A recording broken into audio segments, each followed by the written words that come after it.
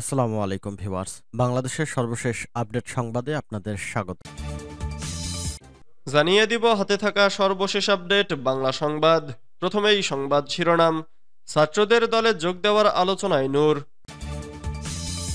এরপর জানিয়ে দিব কুয়েটে সংঘর্ষ, ধারালো অস্ত্র নিয়ে অবস্থান করা যুবদল নেতা মাহবুবকে বহিষ্কার। এদিকে 5 দিনের রিমান্ডে সাবেক প্রতিমন্ত্রী কামাল মজুমদার। আরও জানিয়ে দিব বিএনপি কখনো মিথ্যা কথা বলে না, বলেছেন ডক্টর জাহিদ। সর্বশেষ জানিয়ে দিব সারা দেশে টানা 3 দিন বজ্রবৃষ্টির পূর্বাভাস। এতক্ষণ শুনছিলেন সংবাদ শিরোনাম, এবারে বিস্তারিত। তবে অনুরোধ থাকবে ভিডিওটিতে একটি লাইক করবেন এবং কমেন্ট করে জানিয়ে দিবেন কোন জেলা থেকে আপনি আমাদের এই ভিডিওটি দেখছেন। ছাত্রদের দলে যোগ দেওয়ার আলোচনায় নূর। ছাত্র জনতার গণঅভ্যুত্থানের স্পিরিটকে ধারণ করে চলতি মাসের শেষ সপ্তাহে আত্মপ্রকাশ হতে যাচ্ছে তারুণ্য নির্ভর রাজনৈতিক দল। সংশ্লিষ্টরা জানান, নতুন এই দলে অনেক চমক থাকছে। তার মধ্যে রয়েছে বাংলাদেশ জাতীয়তাবাদী দল বিএনপি, গণ অধিকার পরিষদ সহ বেশ কয়েকটি রাজনৈতিক দলের নেতাদের নতুন দলে যোগ দেওয়া। গুঞ্জন রয়েছে ঢাকা বিশ্ববিদ্যালয় কেন্দ্রীয় ছাত্র সংসদের সাবেক ভিপি ও গণ অধিকার পরিষদের সভাপতি নুরুল হক নূর এই দলে যোগ দেবেন, অথবা নতুন দলের সাথে গণ অধিকার পরিষদ এক দলে পরিণত কিংবা জোটবদ্ধ হবেন। কুয়েটে সংঘর্ষ, ধারালো অস্ত্র নিয়ে অবস্থান করা যুবদল নেতা মাহবুবকে বহিষ্কার। খুলনা প্রকৌশল ও প্রযুক্তি বিশ্ববিদ্যালয়ে শিক্ষার্থীদের সঙ্গে ছাত্রদল নেতাকর্মীদের সংঘর্ষের সময় ধারালো অস্ত্র হাতে অবস্থান নেওয়া খুলনার দৌলতপুর থানা যুবদল ও নেতা মাহবুবুর রহমানকে সংগঠন থেকে বহিষ্কার করা হয়েছে। মঙ্গলবার 18 ফেব্রুয়ারি রাতে কেন্দ্রীয় যুবদলের দপ্তর সম্পাদক নুরুল ইসলাম সোহেল স্বাক্ষরিত এক বিজ্ঞপ্তিতে এ তথ্য জানানো হয়।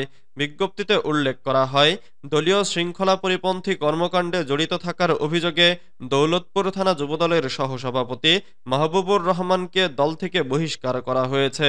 বহিষ্কৃত নেতৃবৃন্দের কোনো অপকর্মের দায়িত্ব দল নেবে না। যুবদলের সকল পর্যায়ের নেতাকর্মীদের তার সঙ্গে সাংগঠনিক সম্পর্ক না রাখার নির্দেশনা প্রদান করা হয়েছে। যুবদল সভাপতি আব্দুল মোনায়েম মুন্না ও সাধারণ সম্পাদক মোহাম্মদ নুরুল ইসলাম নয়ন ইতোমধ্যে এই সিদ্ধান্ত কার্যকর করেছেন। কুয়েট ছাত্র রাজনীতি নিষিদ্ধের দাবি ঘিরে মঙ্গলবার ছাত্রদল ও সাধারণ শিক্ষার্থীদের মধ্যে দফায় দফায় সংঘর্ষ ও ধাওয়া পাল্টা ধাওয়ার ঘটনা ঘটেছে। ঘণ্টাব্যাপী চলা এ সংঘর্ষে আহত হয়েছেন অন্তত অর্ধশত শিক্ষার্থী। তাদের অধিকাংশের শরীরে ধারালো অস্ত্রের আঘাত রয়েছে। সংঘর্ষের সময় ধারালো অস্ত্র হাতে বেশ কয়েকজনকে শিক্ষার্থীদের বিরুদ্ধে অবস্থান নিতে দেখা যায়। এর মধ্যে হাফ হাতা শার্ট ও মুখে গামছা জড়িয়ে রামদা হাতে অবস্থান নেওয়া ব্যক্তিটি যুবদল নেতা মাহবুবুর রহমান বলে স্থানীয়রা নিশ্চিত করেন। এ ব্যাপারে মহানগর যুবদলের সদস্য সচিব রবিউল ইসলাম রুবেল বলেন, মাহবুব যুবদলের দায়িত্বশীল কোনো পদে নেই। কুয়েট এলাকায় তার অবস্থান ব্যক্তিগত সিদ্ধান্তে হয়েছে, এটা দলের কোনো বিষয় নয়। 5 দিনের রিমান্ডে সাবেক প্রতিমন্ত্রী কামাল মজুমদার।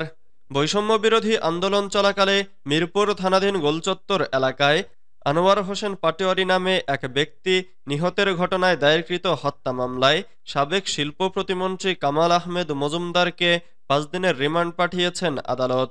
বুধবার 19 ফেব্রুয়ারি সকালে এ রিমান্ড আদেশ দেন ঢাকার metropolitan magistrate MA Azharul Islam.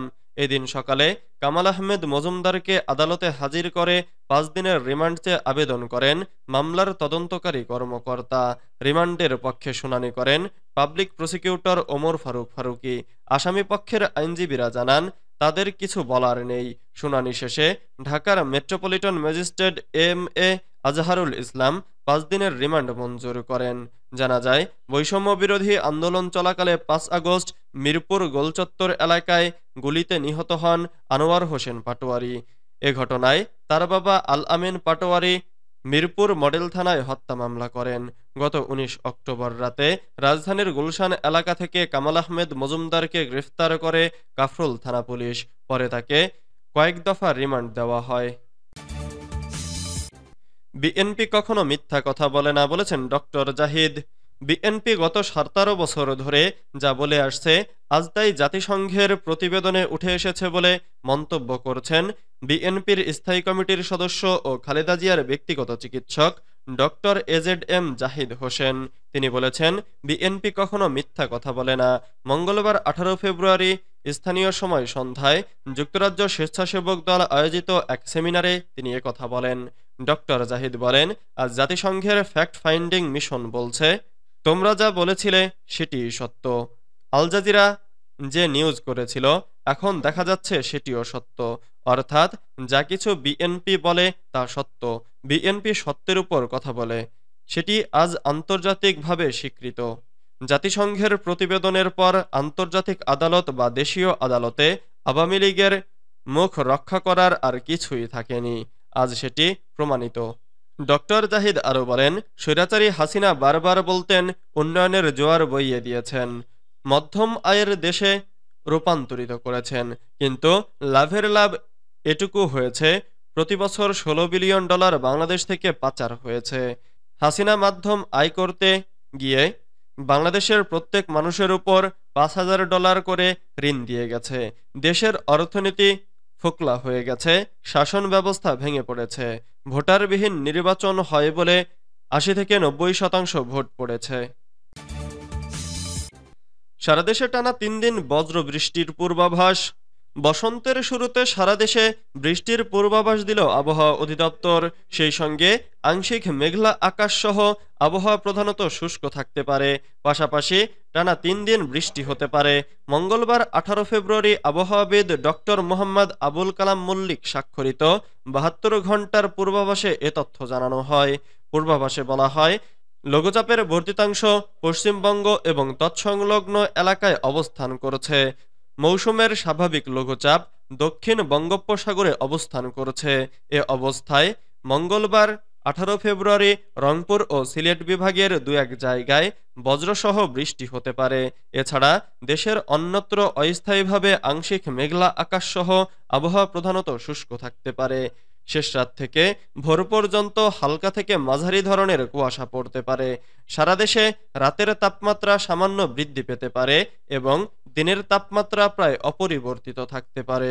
বুধবার 19 ফেব্রুয়ারি ঢাকা, খুলনা, বরিশাল, চট্টগ্রাম ও সিলেট বিভাগের 2-1 জায়গায় বজ্রসহ বৃষ্টি হতে পারে।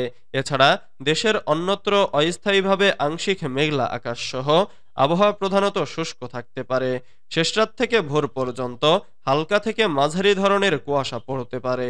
সারা দেশে রাত এবং দিনের তাপমাত্রা প্রায় অপরিবর্তিত থাকতে পারে।